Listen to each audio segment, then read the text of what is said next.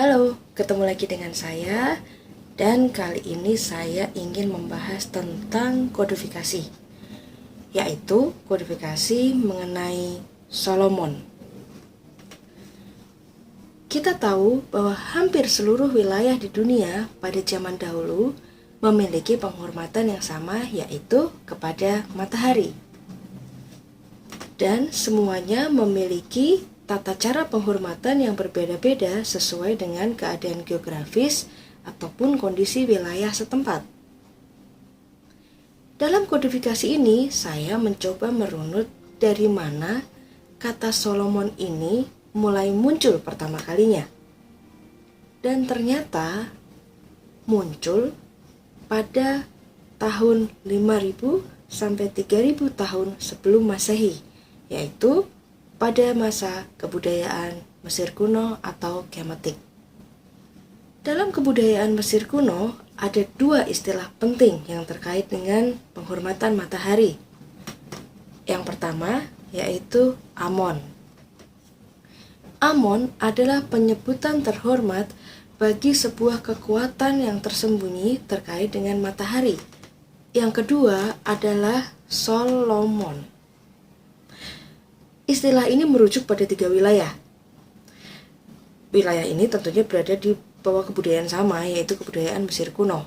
Nah, sebelum kita membahas tentang tiga wilayah itu, kita akan membahas tentang Amon itu sendiri. Amon itu artinya yang tersembunyi. Nah, kata Amon ini biasanya sering dilafalkan dengan Amun, Amen, atau Amin.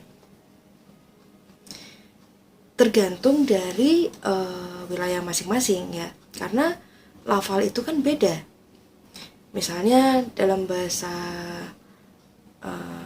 Inggris 7 itu 7, dalam bahasa Jerman ternyata 7, ada lagi nanti macam-macam.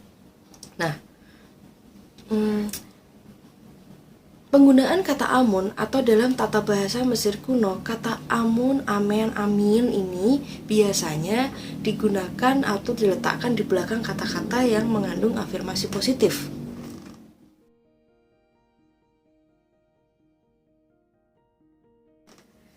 Nah, tiga wilayah yang tadi itu, yang pertama adalah wilayah Etruria. Etruria itu kalau sekarang disebut dengan Roma, dikenal dengan Roma. Nah, menariknya orang-orang Malta itu ternyata punya kaitan sebagai moyangnya orang-orang Etruria atau orang-orang Roma. Orang-orang Malta ini disebut dengan Malet, orang Malet. Nah, wilayah yang kedua adalah wilayah Indus-Kus, yang sekarang dikenal dengan India. Wilayah yang ketiga adalah wilayah Kemetik itu sendiri. Ketiganya berada di bawah peradaban kebudayaan Mesir kuno. Dari sanalah istilah Solomon itu muncul. Bagaimana runutannya? Gini ceritanya. Di Etruria atau Roma ya, yang sekarang kita kenal Roma, mereka menyebut matahari itu dengan Sol. Mereka mengacu pada bentuknya, perwujudannya. Oleh karena itu mereka menyebutnya dengan Sol, artinya matahari. Lalu, di kebudayaan Indus-Kus, penghormatan kepada matahari mereka lebih mengacu pada vibrasinya, atau pada frekuensinya, atau pada suaranya. Sehingga mereka lebih kita kenal dengan istilahnya yaitu Om atau Aum. Lalu, di Kemetik sendiri sangat erat kaitannya dengan matahari, tapi yang tersembunyi, yaitu lebih pada dayanya. Mereka menyebutnya dengan Amon, atau secara pendek mereka menyebutnya dengan On. Nah, On ini yang sampai sekarang istilah ini rasanya masih kita dengar, terkait dengan daya, terkait dengan energi, atau terkait dengan kelistrikan. On. Orang-orang yang berada pada kebudayaan Mesir kuno itu bukan orang-orang bodoh. Mereka itu orang-orang yang sudah berpengetahuan Bahkan pengetahuan mereka itu sudah pada tataran makrokosmos dan mikrokosmos. Nah, di tempat leluhur kita, makrokosmos dan mikrokosmos ini dikenal dengan istilah jagat alit atau jagat agung, buana alit, dan buana agung. Dalam mengamati atau mempelajari kedua jagat tersebut, orang-orang di Mesir kuno itu mahir dalam mengamati dirinya sendiri. Sehingga dari sanalah pengamatan terhadap dirinya sendiri itulah muncul istilah the eye of Horus, yang gambarnya ada mata satu. Nah, jadi mata satu itu artinya bukan seperti kebanyakan orang sebut ya, itu adalah Dajjal, bukan. Itu simbol dari pineal gland, bukan sebagai simbol Dajjal.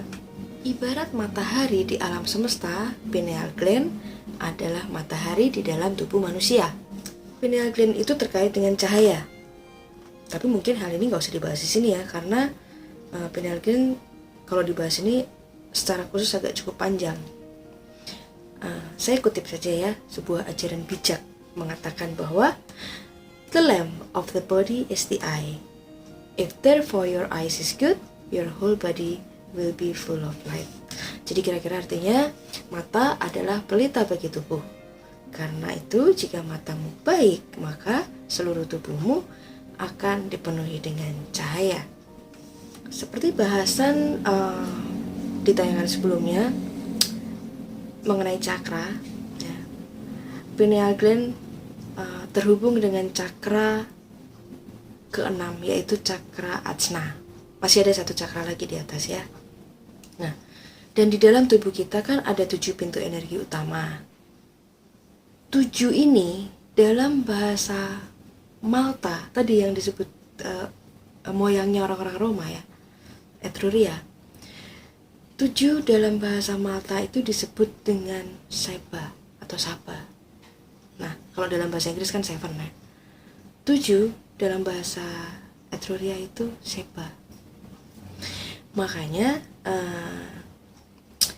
menurut kodifikasi ya, dalam kebudayaan Kemetik, Queen Seba atau Ratu Seba itu mengacu pada energi yang ada pada tubuh manusia dan mengalir melewati titik-titik persimpangan energi atau cakra. Energi sendiri sifatnya feminin. Dia juga disebut sakti. Nah, makanya dipakailah istilah ratu yang mengacu pada feminin. Jadi Ratu Seba ya, yang mengalir ke atas, merambat ke atas itu pada sebelum menuju pada cakra mahkota, dia akan menuju pada cakra Ajna yang juga disebut dengan Solomon atau matahari dalam tubuh manusia. Ada seorang filsuf kalau nggak salah ya, Descartes namanya, Descartes ya. Beliau mengatakan bahwa pineal gland is seat of the soul, artinya adalah singgasana bagi jiwa. Di mana jiwa berada, disitulah dia bersemayam, berada pada pineal gland. Itu kenapa pelipis manusia, pelipis sini ya, dalam bahasa Inggris disebut dengan temple. Temple itu kuil. Tubuh manusia sendiri memang adalah kuil, tapi di sini adalah kuil matahari. Makanya sering dikenal istilah Temple of the Sun. Di sinilah tempatnya pineal gland, the hidden sun, yaitu matahari yang tersembunyi di dalam tengkorak manusia. Karena tengkorak manusia ini kan letaknya di atas ya, disebut juga sebagai bukit tengkorak, atau mungkin pernah mendengar istilah Golgota. Jadi menurut kebudayaan Kemetik, Solomon dan Ratu Seba itu lebih mengacu pada konsep tentang kemataharian yang berada dalam tubuh manusia terkait dengan energi yang melewati titik-titik persimpangan penting, yaitu cakra, yang jumlahnya cakra utama ada 7, atau 7 atau 7 atau Shaba. Penyebutan istilah konsep-konsep ini dalam perkembangan kebudayaan setelah kebudayaan Kemetik sering akhirnya banyak dipakai sebagai gelar ataupun nama orang. Misalnya ya, contohnya seperti kata dewa. Dewa itu secara letterlock nggak ada figurnya, karena artinya cahaya, yang ada hanya terangnya. Tapi